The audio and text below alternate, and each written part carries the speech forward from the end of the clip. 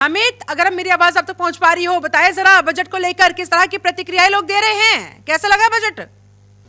देखिए, बिल्कुल अब बजट का पिटारा खुल गया है और इस पर तमाम जो योजनाएं हैं उनका ऐलान किया गया है। हमारे साथ रंजीत जी हैं। रंजीत जी, आप हमसे टैक्स पर बातचीत कर रहे थे इससे पहले भी, जितनी उम्मीदें थी क्या उस पर ये बजट जो है वो पूरी तरीके से खरा उतर पा रहा है? और दूसरा ये कि टैक्स में क्या क्या जो छूट है वो मिली? देखिए, ओवरऑल बजट का जो टैक्स है एक पार्ट है, बट ओवरऑल जो बजट है काफ़ी होलिस्टिक अगर व्यू से इसे देखेंगे, इसमें एमएसएमई पे फोकस है, किसानों पे फोकस है, यूथ पे फोकस है और वुमेन पे फोकस है। जो बजट है हमने देखा कि जो इंटरिम बजट पेश किया गया था उसका एक्सटेंशन है और एमएसएमई के लिए जो ख़ास तौर पे स्कीम निकाली है गवर्नमेंट में, क्रेडिट गारंटी स्कीम है, ये बहुत अच्छी स्कीम है। बट हम ये एक्सपेक्ट कर रहे थे कि जो 15 लाख से ऊपर जिसकी इनकम है तो उस पर 30% टैक्स वो कायम है। हम सोच रहे थे कि इस पर थोड़ा रिडक्शन आएगा, उस पर नहीं आया।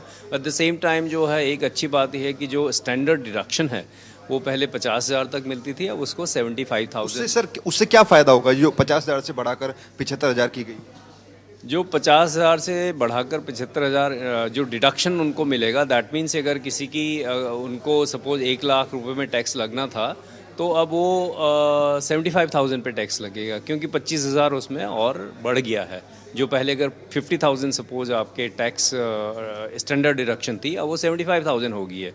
मान लीजिए कि आपको 1 लाख रुपए आपका टैक्सेबल इनकम बनती है, अब वो घट के 75,000 पे ही लगेगा टैक्स। इससे जो है फ़ायदा होगा, जैसे कि फाइनेंस मिनिस्टर ने बोला कि करीब 17,000 रुपये का जो है जो सैलरीड क्लास को जो है पर ईयर उसमें फ़ायदा होगा।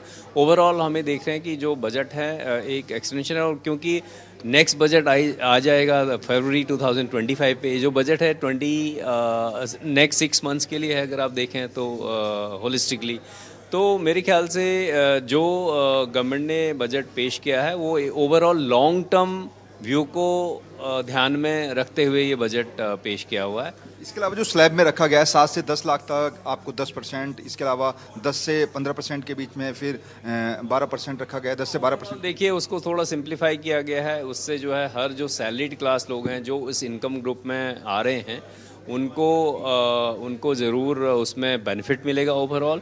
और इससे कई लाखों करोड़ों लोगों को जो कि टैक्स दे रहे थे उनको थोड़ी टैक्स में रियायत होगी और उनके हाथ में पैसा आएगा खर्च करने को। एमएसएमई सेक्टर को क्या मिला सर इस बजट से?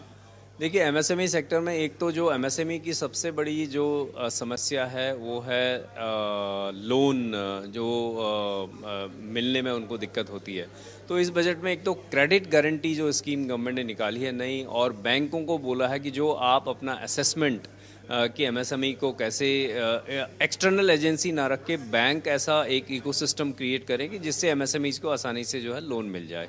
तो देखिए, कई बड़े ऐलान शिल्पा इस बजट में किए गए हैं। निश्चित तौर पर जिस बात का जिक्र हम बजट शुरू होने से पहले कर रहे थे कि बिहार की बात करें या फिर आंध्र प्रदेश की बात करें, वहां पर कुछ नई योजनाएं चलाई जा सकती। 26,000 करोड़ रुपए बिहार के अंदर हाईवे बनाने के लिए इस बजट के अंदर अलॉट किया गया है। इसके अलावा अगर हम आंध्र प्रदेश की बात करें तो वहां पर भी काफी ज्यादा अगर हम बात करें वो योजनाएं जो हैं वो चलाई गई हैं। आंध्र प्रदेश की अगर हम बात करते हैं तो आंध्र प्रदेश के अंदर भी कई लाख करोड़ रुपए का जो पैकेज है वो दिया गया है, जो कि वहां पर विकास के लिए काम करेगा। सीधे तौर पर कई नई योजनाएं हैं, लेकिन जिस बात का जिक्र हम बार बार कर रहे थे कि किसानों के लिए क्या वो जो पीएम किसान सम्मान निधि योजना थी जिसको 6,000 से बढ़ाकर क्या 8,000 किया जाएगा, शायद उस पर गौर नहीं किया गया इस बार। ठीक है, और इसीलिए कहीं ना कहीं अभी जब मेरे किसान नेताओं से बातचीत हो भी रही थी नमित, तो उन्होंने अपनी नाराजगी काफी हद तक व्यक्त भी की है। बहुत बहुत शुक्रिया आपका नमित त्यागिया। मैं